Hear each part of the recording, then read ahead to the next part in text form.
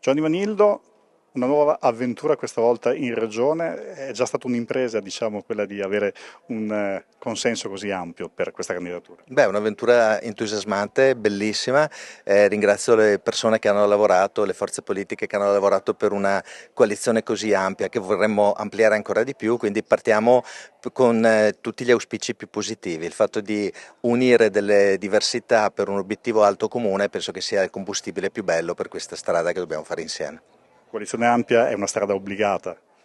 È una strada voluta ed è perché ci rendiamo conto che un momento fondativo come questo, dopo 30 anni di governo del centrodestra, prima Galan, poi Zaia, richiedono una prospettiva che deve essere vista da più angoli di visuale. Quindi io ritengo che più portatori di interessi siano una ricchezza, la voglia di avere la diversità e poi da rendere un progetto unico, penso che sia anche la garanzia che faremo una gran bella campagna elettorale. Ecco, un grande lavoro questo di cucitura che non è tuttora finito, diceva. Allora, vogliamo estendere ancora di più questa coalizione, ci sono degli incontri con Italia Viva, con Azione, che possono portare anche un angolo di visuale, delle prospettive molto positive, sono diciamo abbastanza confidente che si possa chiudere anche con loro e che questa avventura si possa fare con molti compagni di viaggio. Incontri continui, diceva lei qui a Padova, non è però ancora al momento la vera e propria gli incontri che vuole fare con la gente, anche con gli elettori. Beh, abbiamo già iniziato degli incontri informali, continueremo a farne sempre di più.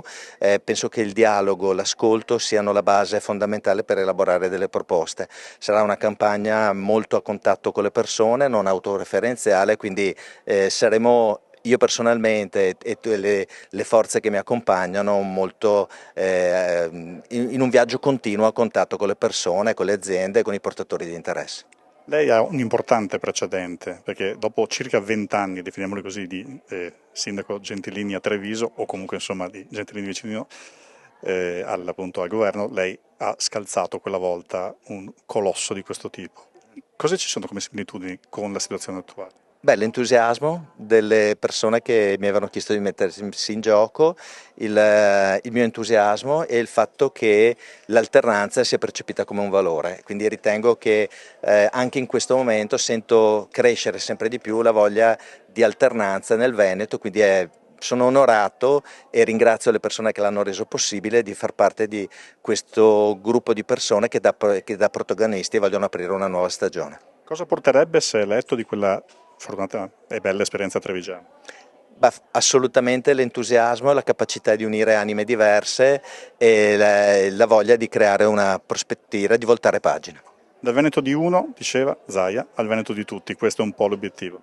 Sì, l'obiettivo è quello di vestire un'alternanza con un metodo partecipativo di gestione della responsabilità e del potere che dà avere una regione, quindi un Veneto che veramente risponda alle esigenze di tutti. Era anche lo slogan della mia campagna elettorale del 2013, quindi questo è fortissimamente un tema che unisce la campagna del 13 a questo.